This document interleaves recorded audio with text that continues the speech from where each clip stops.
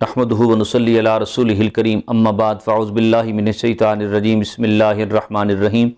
آج میں آپ کے سامنے سورہ عصر کا تعارف، ترجمہ اور مختصر سی وضاحت بیان کروں گا۔ اس سورت کو مکی سورت کہا جاتا ہے۔ یہ 3 آیات پر مشتمل سورت ہے۔ اس سورت کا مرکزی مضمون کچھ اس طرح ہے کہ اس میں انسانی زندگی کے دستور کو بیان کیا گیا ہے،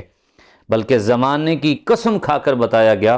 کہ انسان زندگی کی اگر ان 4 اصولوں کو اپنا لے گا تو نقصان میں نہیں رہے گا، ان اصولوں کے بغیر اگر زندگی گزارے گا تو وہ یقیناً نقصان میں ہے، گھاٹے میں ہے۔ اس کا شان نزول کچھ اس طرح ہے کہ حضرت شاہ عبد العزیز محدث دہلوی رحمۃ اللہ علیہ تفسیر عزیزی میں لکھتے ہیں کہ ایک کافر تھا قلاب بن اسید، اس کا حضرت ابو بکر صدیق سے بڑا یارانہ تھا۔ جب جناب حضرت ابو بکر صدیق نے اسلام قبول کیا، حضور کی غلامی اختیار کی،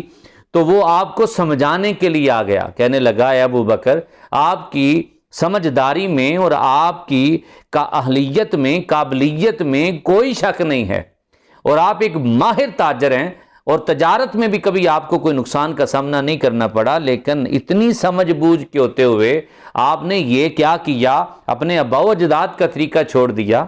یہ آپ نے نادانی کیوں کی؟ نبی پاک صلی اللہ علیہ وسلم کی غلامی اختیار کرنے والے صدیق اکبر نے آگے سے جواب دیا۔ آپ نے فرمایا کہ جو حق کی راہ قبول کر لے، پھر راہ راست پر ثابت قدم ہو جائے، وہ نقصان میں نہیں رہتا۔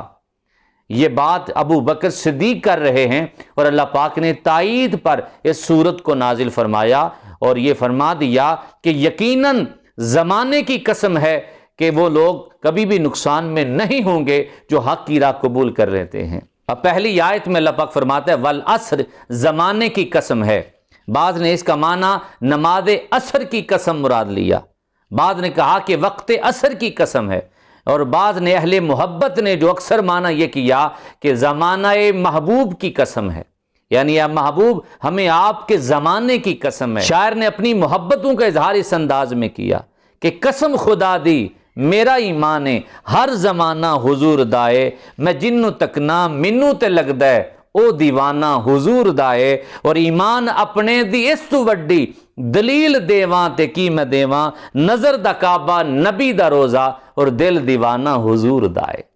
یعنی اللہ پاک نے فرمایا زمانے کی قسم، زمانے محبوب کی قسم کہ انسان نقصان میں ہے، انسان گھاٹے میں ہے۔ کیوں گھاٹے میں ہے؟ وہ اپنی زندگی گنوا رہا ہے، اپنی کاروباری زندگی میں سب سے قیمتی سرمایہ وقت اس کو ضائع کر رہا ہے۔ جو لوگ اس کو بے مقصد ضائع کرتے رہتے ہیں وہ نفع کی بجائے نقصان اٹھاتے ہیں، بلکہ یہ بات سمجھ لینی چاہیے کہ وقت نہیں ٹھہرتا، گزر جاتا ہے اور پلٹ کے بھی نہیں آتا۔